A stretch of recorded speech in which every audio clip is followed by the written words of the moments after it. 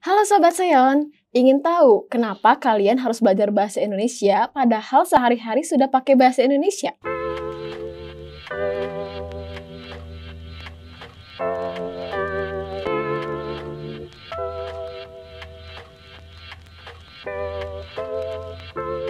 Seperti yang kita tahu, sehari-hari warga Indonesia kebanyakan menggunakan bahasa Indonesia.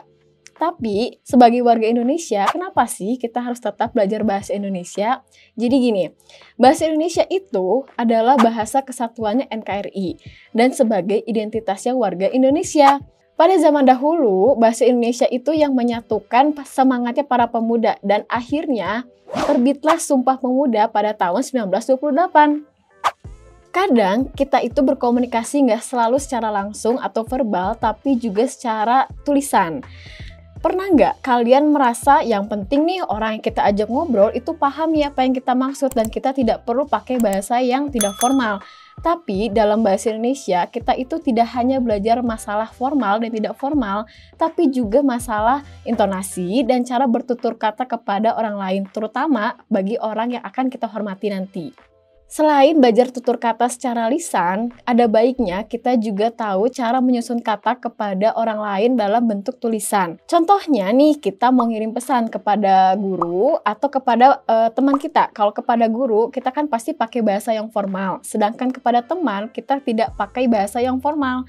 Nah, kalau dibalik, misalnya kita kirim pesan kepada guru dengan bahasa yang tidak formal, pasti kita akan dibilang tidak sopan. Tapi kalau kita pakai bahasa terlalu formal kepada teman kita, mungkin mereka akan sedikit merasa kaku terhadap kita. Nah, seperti itu. Nah, itulah kenapa kita penting belajar bahasa Indonesia, karena itu juga sebagai menunjang kepentingan kita sendiri. Walaupun nih ada bahasa Indonesia yang berupa bahasa gaul ataupun bahasa-bahasa serapan dari bahasa Inggris atau bahasa-bahasa yang lain, tapi kita jangan sampai melupakan bahasa Indonesia yang merupakan identitas dari negara Indonesia itu sendiri.